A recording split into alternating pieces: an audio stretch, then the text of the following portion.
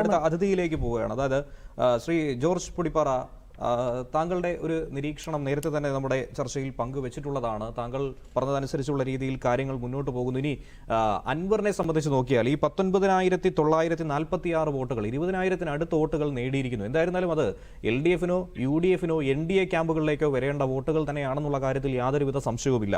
ഇത്തവണ ഉണ്ടായിരിക്കുന്നതിൽ ഏകദേശം 15,000-ലധികം വോട്ടുകളുടെ കുറവ് LDF-ന് ഉണ്ടായിരിക്കുന്നു. ഇനി മുന്നത്തെ ഒരു കണക്ക് പരിശോധിക്കുകയാണെങ്കിൽ അൻവറിന്റെ കാലഘട്ടം വിട്ടേക്കാം, അതിനു മുൻപ് ആര്യാടൻ മുഹമ്മദ് ജയിച്ചപ്പോൾ 48%-ലധികം വോട്ട് നേടി അന്ന് 66,331 വോട്ടുകളായിരുന്നു ആര്യാടൻ മുഹമ്മദ് ഒടുവിലായി നേടിയത്.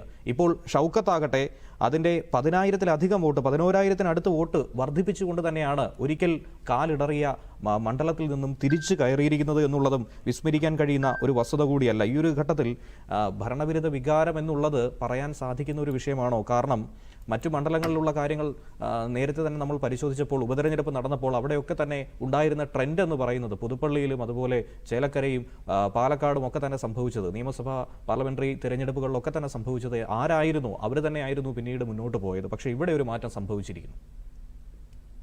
എന്നോടാണോ? അതെ, തീർച്ചയായിട്ടും ഇതൊരു മിന്നുന്ന വിജയം തന്നെയാണ്. ആര്യാടൻ ഷൗക്കത്തിനും അതുപോലെ തന്നെ UDF-നും കോൺഗ്രസിനും മുസ്ലിം ലീഗിനും എല്ലാം വളരെ ആഹ്ലാദിക്കാനുള്ള, അഭിമാനിക്കാൻ വകയുള്ള ഒരു വലിയ വിജയമാണ് നിലമ്പൂരിലേത്.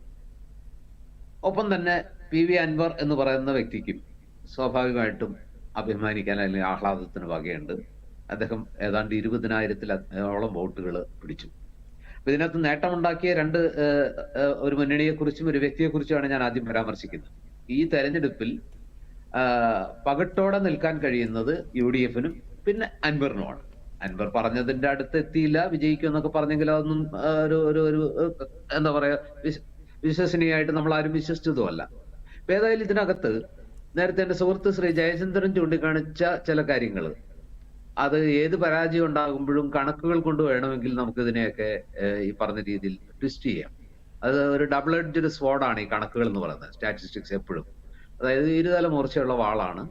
ഇത് അങ്ങോട്ടും ട്വിസ്റ്റ് ചെയ്യാം, ഇങ്ങോട്ടും ട്വിസ്റ്റ് ചെയ്യാം. അപ്പൊ അദ്ദേഹം ചൂണ്ടിക്കാണിച്ചതുപോലെ പ്രിയങ്ക ഗാന്ധി മത്സരിച്ച സമയത്ത് 63,000-ലധികം വോട്ടിന്റെ ലീഡ് ഈ മണ്ഡലത്തിൽ കിട്ടിയല്ലോ എന്ന് അദ്ദേഹം പറയുന്നു.